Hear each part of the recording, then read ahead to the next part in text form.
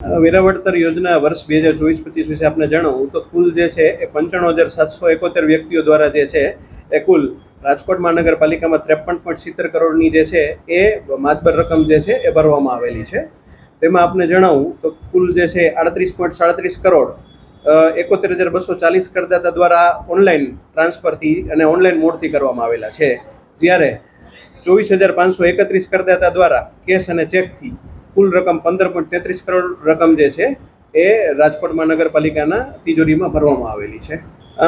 રાજકોટ મહાનગરપાલિકા દ્વારા દર વર્ષે જે છે ઓનલાઈન ટ્રાન્ઝેક્શનને પ્રોત્સાહન મળી રહે એ માટે થઈ અને સામાન્ય કરના 1% એટલે ઓછામાં ઓછા ₹50 તથા વધુમાં વધુ ₹250 લેખે જે છે એક વધારાનું વળતર જે છે જાહેર કરવામાં આવેલું છે.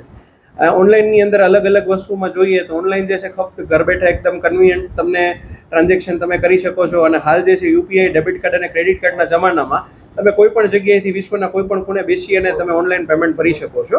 અને આ માટે થઈ અને એડિશનલ પણ જે છે વધારાનું ₹50 પણ વળતર જે છે એ પણ વ્યક્તિઓને મળી રહે છે. અને રાજકોટ મહાનગરપાલિકા આ બાબતમાં જે છે પોતાનું સ્ટેશનરી તથા પેજ પણ સેવ થાય આ બાબતમાં આપણે એન્વાયરમેન્ટને પણ બચાવવા માટે મહત્વનો ફાળો પણ મળી રહે છે.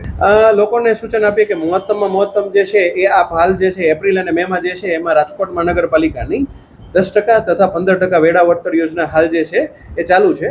તો મહત્તમમાં મહત્તમ લોકો જે છે એ વેરા વળતર યોજનાનો લાભ લઈ અને જે છે ડિસ્કાઉન્ટ સ્કીમમાં ભરે તો તેમને પણ મહત્તમ જે છે લાભ મળી શકે તેવું હાલ જે છે રાજકોટ મહાનગરપાલિકા દ્વારા અપીલ કરવામાં આવી છે.